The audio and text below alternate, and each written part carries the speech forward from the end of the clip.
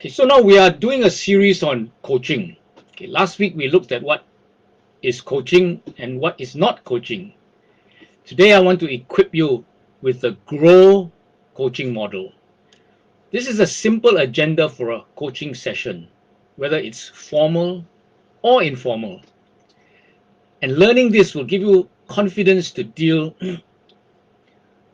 or to lead any coaching discussion, because you know the flow, you know the steps, and you know that the outcome will always leave the coachee in a better space.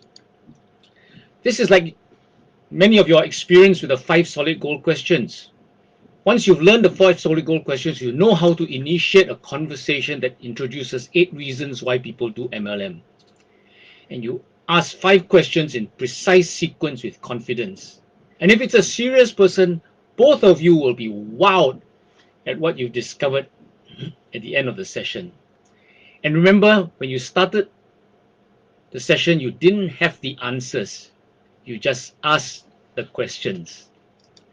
Okay, so the GROW model is a very common coaching framework used by executive coaches.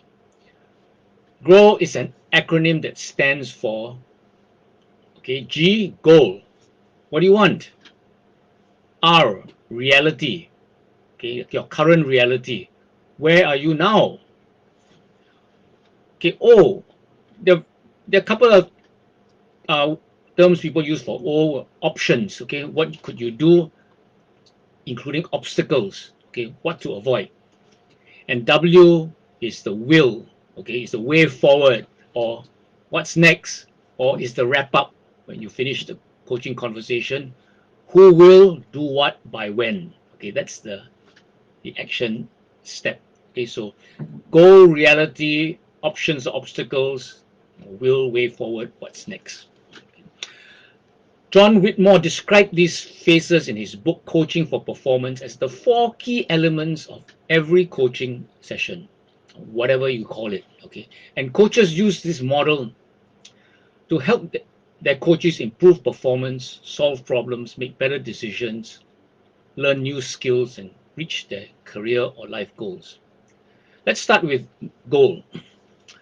So coaching always starts with establishing a goal. It could be a performance goal, a development goal, a problem to solve, a decision to make, or a goal for just this particular coaching session. This is like your GPS when you're driving. First thing you do is you set your destination. This is also the first crucial characteristic of a leader: compelling desire, or your why.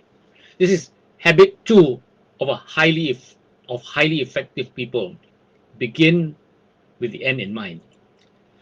Now, on goals, many people use a SMART goal format to define a goal, where the letters stand for, specific, measurable, attainable. What is R? So when you read on the website, a lot of people say R is realistic or it's relevant. I don't buy that, because realistic is the same as attainable. Relevant, I mean, why would you set a goal that's not relevant? So it's redundant. I use in SMART, I use risking. Always taking a risk, doing something that's uncomfortable. And then of course T is timely. So the key is to set a goal which is not just smart, but actually inspiring and challenging. So not just a SMART goal. SMART is just a little checklist, but have a goal that's inspiring and challenging. Then it excites you. R. R is your current reality. This step in the GROW model helps you and your coachee gain awareness of the current situation. What's going on? What's the context? What's the magnitude of the situation? And when you look at your GPS example, the next thing you key in your GPS is your location. It's like the floor plan in a shopping center. When you're standing there, it says you are here, because only when you know where you are here, then you know which route to take.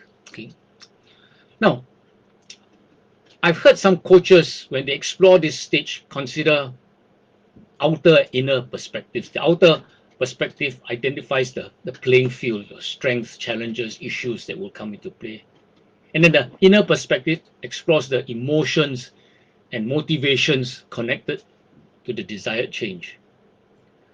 Okay, I tell you frankly, I'm of the brief coaching school, short and sharp and simple. And I think this phase shouldn't be about assumptions and thoughts, but more about facts. Because once you start exploring your emotions and motivation, you're telling yourself all kinds of stories. And we're not psychologists. Okay, I like to focus on facts, where the client just describes as current reality and not the imagination of a situation.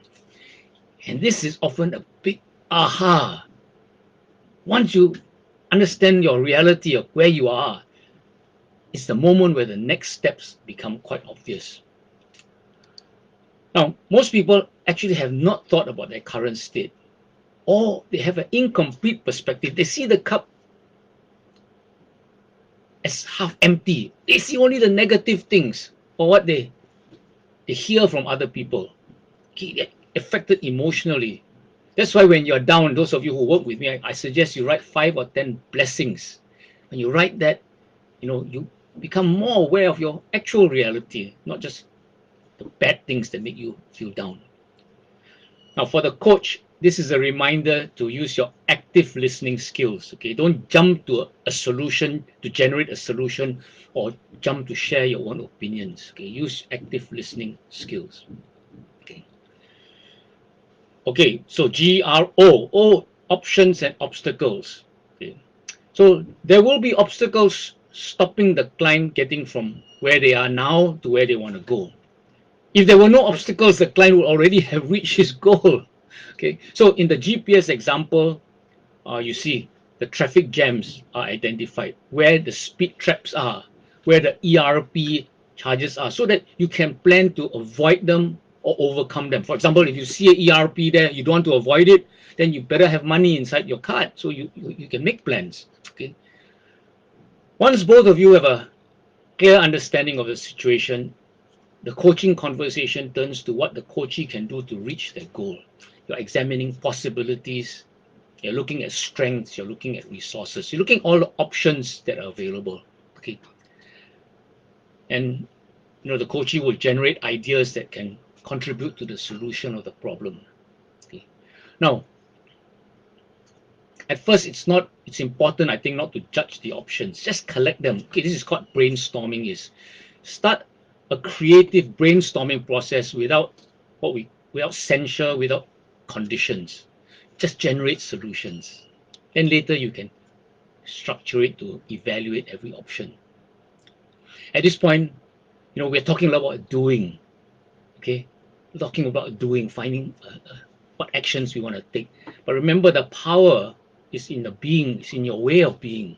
So, a good coach would ask you, who do you need to be, in order to achieve that. Okay. Lastly, W. Okay, that's some people call it will. I'm from Asia Work, so I just say what's next. Okay, it's the way forward. It's a forward-moving actions, and of course you will examine who will do what by when. So you're defining an action plan, not just some vague idea. This is the last step in the grow model. At this stage, as a coach, you will check for commitment, and then you help the coachee establish a clear action plan for the next steps. During this phase, a coach can find out what the client is actually willing to do to move towards their goal.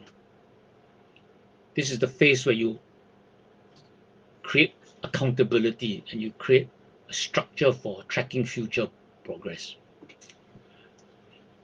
Now, in a coaching session, you can see that you want to spend most of the time in the goal and the reality phase. Okay, because when the goal and the reality is thoroughly explored, this deeper vision will help the coachee, help the client to move forward much more easily, for him to generate his own solutions.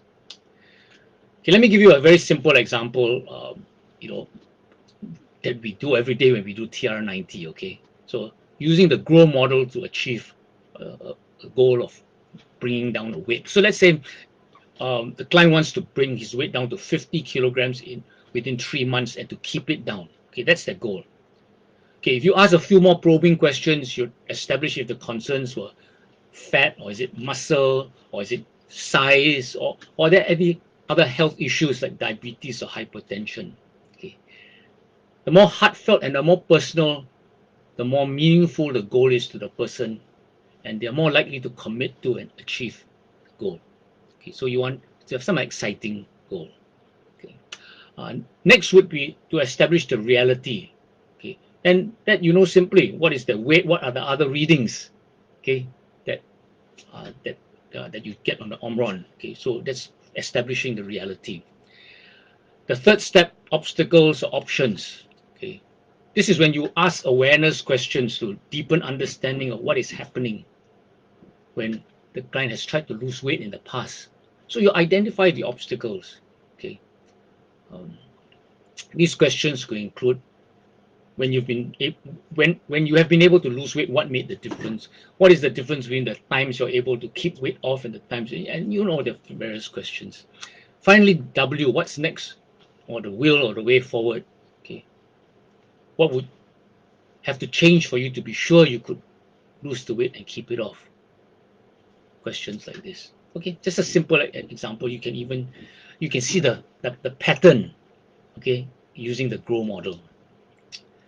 So last week we saw that the key difference about coaching is asking questions rather than giving advice. Coaching isn't telling the coachee what to do.